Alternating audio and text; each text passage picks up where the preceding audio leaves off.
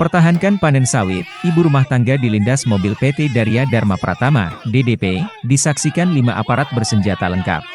Mukomuko, koran rb.id. Gesekan antara warga dan PT Darya Dharma Pratama, DDP, di Kecamatan Malindeman Kabupaten Mukomuko Provinsi Bengkulu, memanas. Masih soal klaim kepemilikan lahan bekas hak guna usaha, HGU, PT Bina Bumi Sejahtera, BBS, yang saat ini diambil alih PT DDP dan ditanami kelapa sawit. Pada Selasa 2 Mei 2023, konflik antara warga Malindeman dan pihak PT DDP kembali pecah ketika sejumlah warga memanen buah kelapa sawit di lahan ex-HGU PT BBS. Malah kali ini mengakibatkan seorang ibu rumah tangga, IRT, Najwa, 40, warga Malindeman nyaris tewas digilas mobil yang dikendarai karyawan PT DDP. Sekalipun selamat dalam insiden tersebut, namun Najwa mengalami cedera berat. Terutama pada tangan sebelah kanannya yang diperkirakan patah tulang akibat digilas roda depan mobil. Reski, 33, warga Kecamatan Malindeman menceritakan, kejadian penganiayaan ini terjadi saat puluhan warga memanen sawit di atas lahan bekas HGU PT BBS yang diakui sudah lama digarap oleh warga atas nama Hamdi. Usai panen, buah sawit ditumpukan sebelum diangkut oleh warga. Siang harinya, tiba-tiba saja datang sejumlah karyawan PT DDP bersama security bermaksud mengambil buah sawit yang telah dipanen itu. Tentu hal ini membuat masyarakat mempertahankan apa yang menurut mereka merupakan haknya.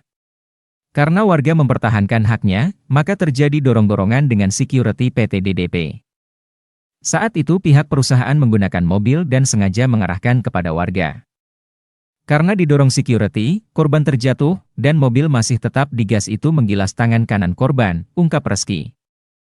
Dia menambahkan, buah sawit yang sudah dipanen di lahan Hamdi tersebut akan diangkut oleh belasan orang karyawan dan security DDP yang saat itu dikawal aparat kepolisian bersenjata laras panjang. Sebanyak 5 orang.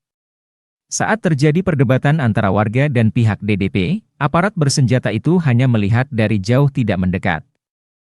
Kami warga ada 20 orang, dan saya juga ada di lokasi saat kejadian. Kami tidak tahu namanya siapa, yang jelas security tersebut mendorong korban. Sebelum korban dilindas tangan kanannya oleh roda mobil bagian depan sebelah kanan, jelasnya.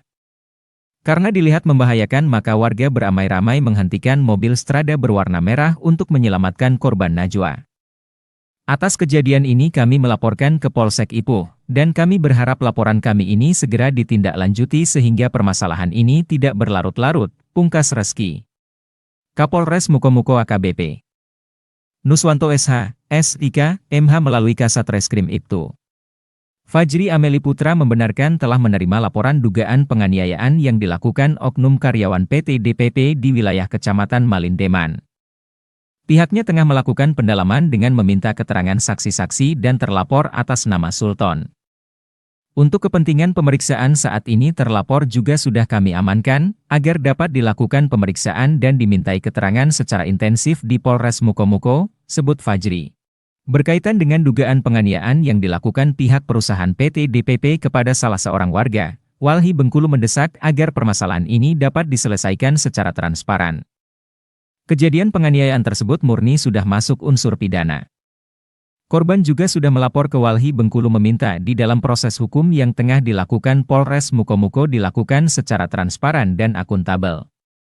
Sehingga masyarakat bisa melihat dan mengamati penanganan kasus tersebut, jelas Direktur Eksekutif Wahana Lingkungan Hidup, Walhi Bengkulu Abdullah Ibrahim Ritonga.